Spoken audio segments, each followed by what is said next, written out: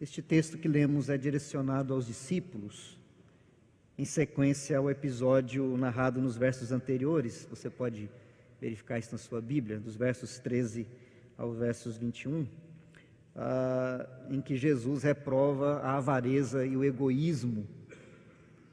O verso 21 do texto que nós lemos, que nós não lemos, mas anterior ao verso que começamos a ler, diz que assim é o que entesoura para si mesmo e não é rico para com Deus.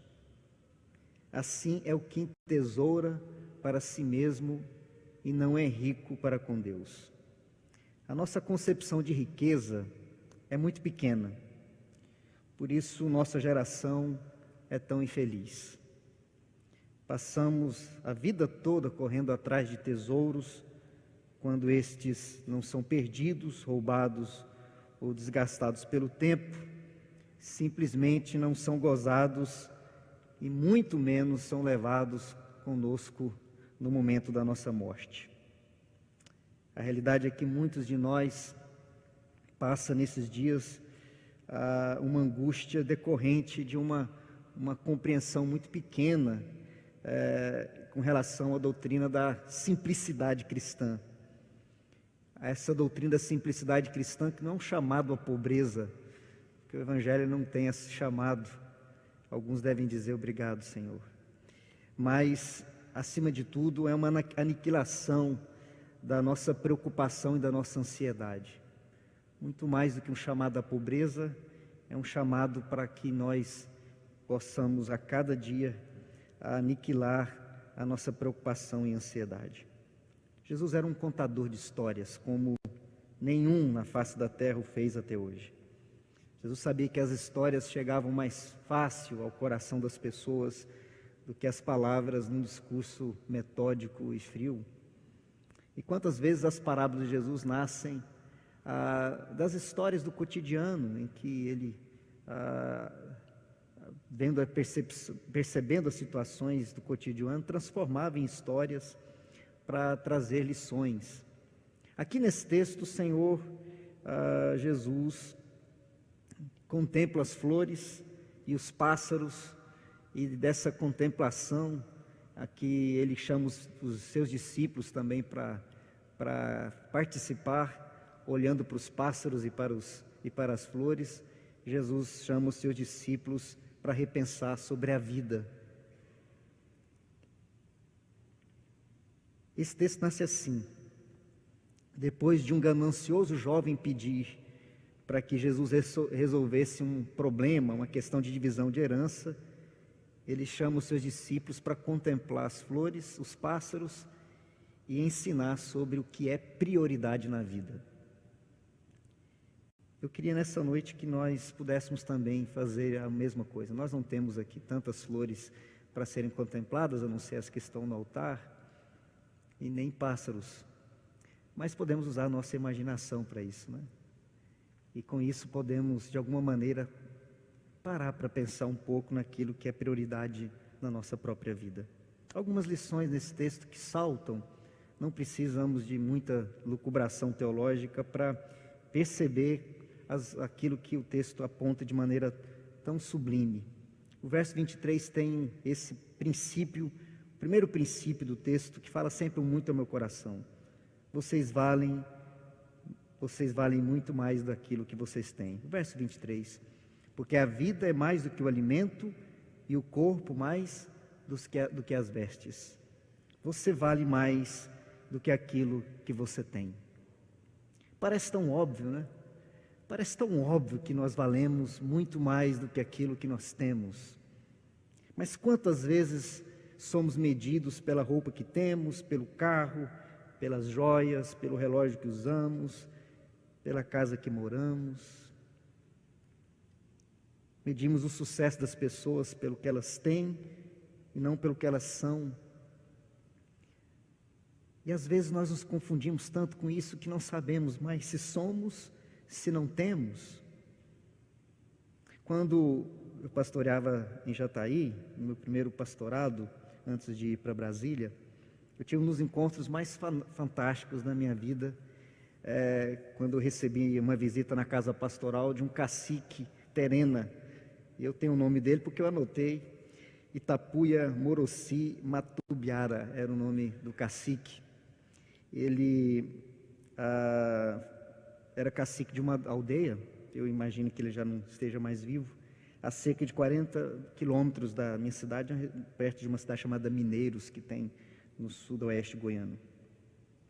Eu tive que sair com ele para resolver uns problemas na cidade e ele, de maneira curiosa, perguntou do que se tratava aquele nome que tinha num saco de lixo que eu tinha no carro, daqueles sacos que a gente ganha nas seguradoras para colocar lixo, sabe?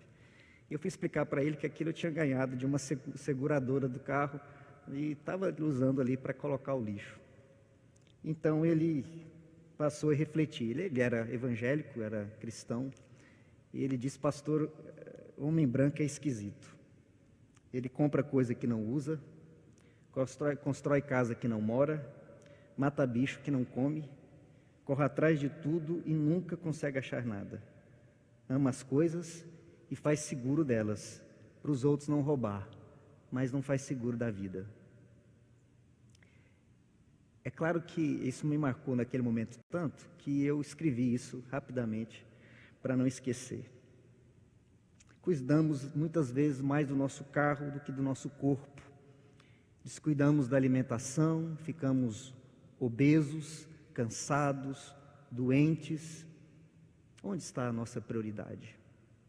Preocupamos mais com a marca da roupa que usamos do que com a saúde do nosso corpo, do que um alimento que nós colocamos sobre a mesa.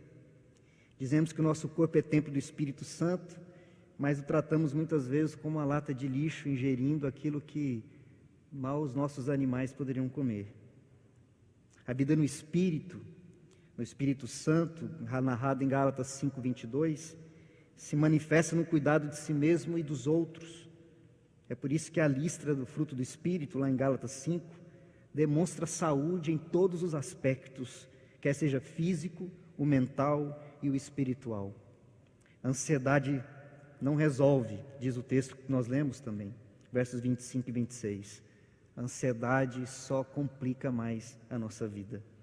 Então Jesus nos faz lembrar: quanto valeis vocês, quanto vocês valem, e quanto nós valemos mais do que as aves. Eu penso que isso deveria ser dito mais vezes para nós mesmos. Quanto mais nós valemos do que as aves, para que possamos nos tratar bem mais do que aquilo que nós, com mais cuidado que somos, do que aquilo que temos.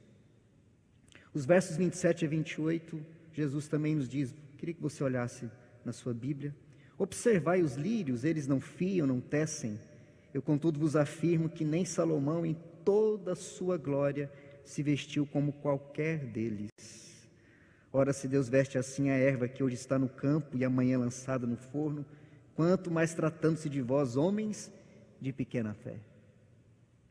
Vocês valem muito mais daquilo que vocês fazem. É isso que Jesus está dizendo. Olha, Salomão, com toda a sua riqueza, com tudo que ele conquistou, não pode se vestir melhor do que os lírios. Eles não fiam e nem tecem. Eles não fiam e nem tecem. Quanto mais valemos do que aquilo que nós fazemos. O pragmatismo mede as coisas pela utilidade. O pragmático é um sujeito que jamais planta um ipê na sua porta, porque ele está preocupado não com as flores do ipê, mas com o trabalho que ele terá para tirar as flores quando elas caírem sobre a calçada. Medimos as pessoas pelo que elas fazem. E dentro da igreja nós não estamos livres desse terrível sentimento. Quantas vezes já ouvi pessoas dizerem: pastor, eu não sei fazer nada, eu não valho nada, eu não sei para que eu sirvo, para que eu presto. E desde quando o Senhor nos mede por aquilo que fazemos? Deus nos ama mais por aquilo que fazemos? Deus nos ama mais se fazemos mais? Às vezes a parábola dos talentos é entendida na perspectiva do mérito. No entanto, nós percebemos que o proprietário divide os seus bens aos seus servos de forma diferente. A um ele dá 5 talentos, a outro 2 e a outro 1. Porque assim como o homem que se ausentando do seu país, diz o texto, chamou seus servos e lhes entregou seus bens. A um deu 5 talentos, a outro 2, a outro 1, cada um segundo a sua capacidade, e seguiu viagem. O que recebera 5 talentos, diz o texto, foi imediatamente negociar com eles e ganhou outros 5. Na mesma sorte, o que recebera 2, ganhou outros 2. Mas o que recebera 1 foi, cavou na terra e escondeu o dinheiro do seu senhor. Creio que Deus conhece as nossas limitações e como as conhece. E só espera de nós o que podemos dar, nada mais. O problema não é termos pouco para oferecer. O problema é enterrar o pouco que temos e negar a Deus o que Ele sabe que temos condição de fazer. O pecado não é fazer muito ou não fazer nada, mas é, podendo fazer pouco, fazer coisa alguma.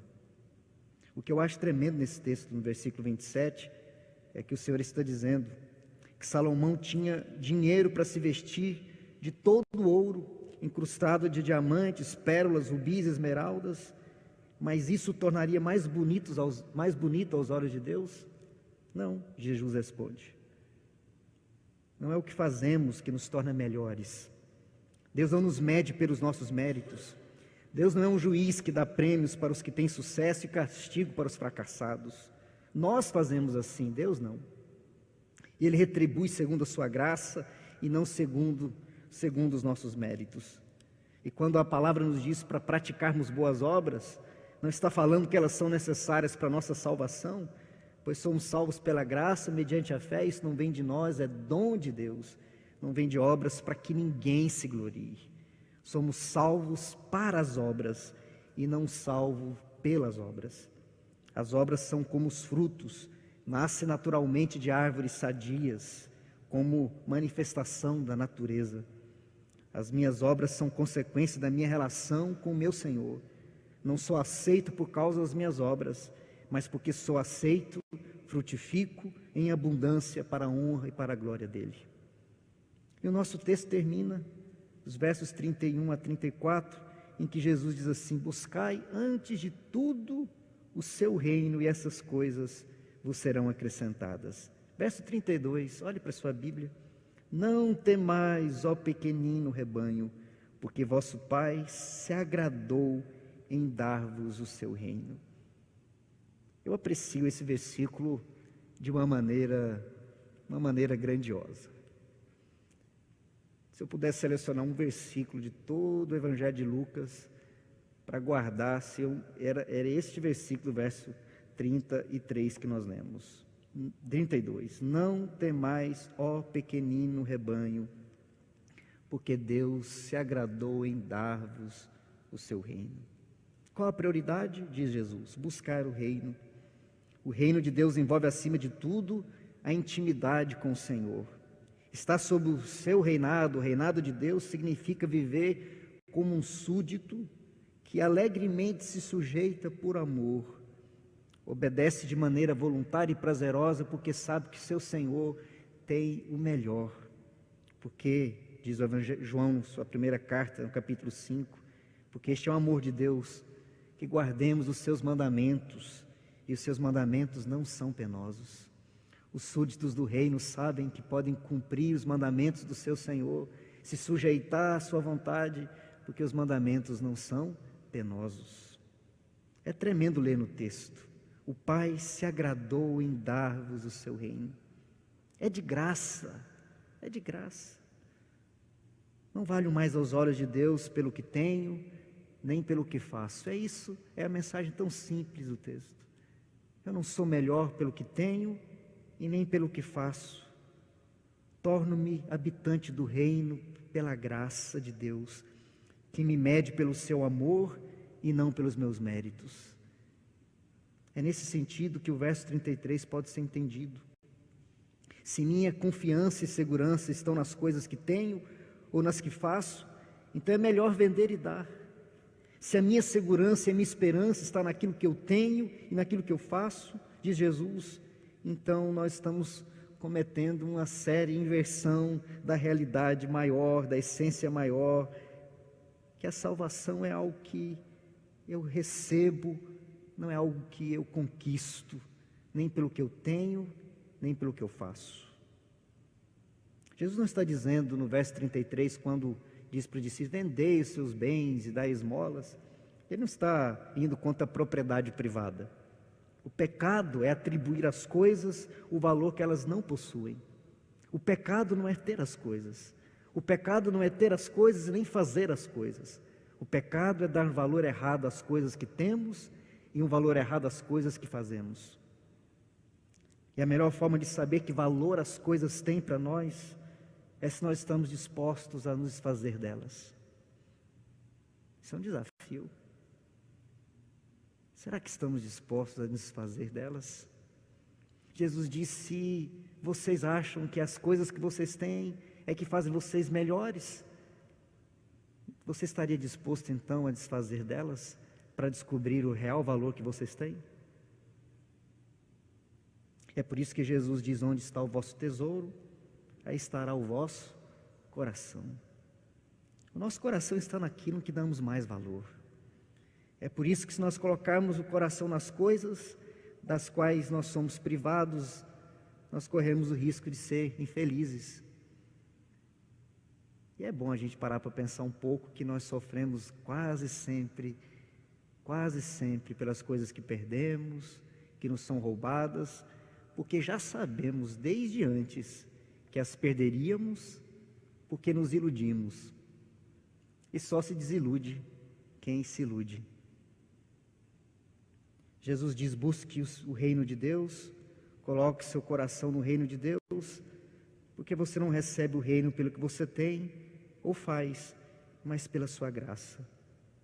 Por isso, portanto, isso nos traz segurança de saber que Deus sempre nos guardará em suas mãos e que Ele sempre nos dá uma nova chance para começar, quando pensamos que não seríamos aceitos, haja vista que somos sucessivamente fracassados em tantas coisas.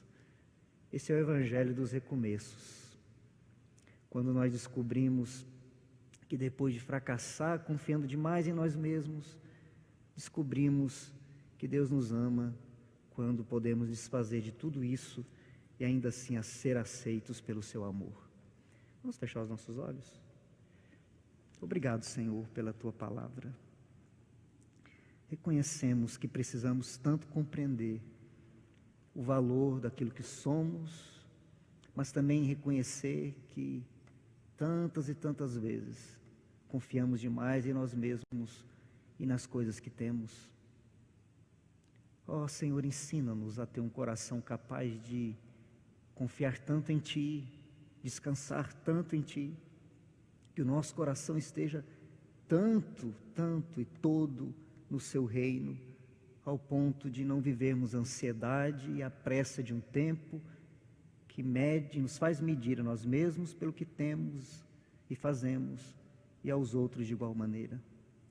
Para que assim, Senhor, possamos naquela essência mais absoluta da nossa intimidade, ter um encontro com o Senhor, que nos ama de maneira perfeita e nos aceita de maneira perfeita. Nós oramos no nome santo de Jesus, que naquela cruz morreu por nós, para que fôssemos aceitos de maneira perfeita. Amém.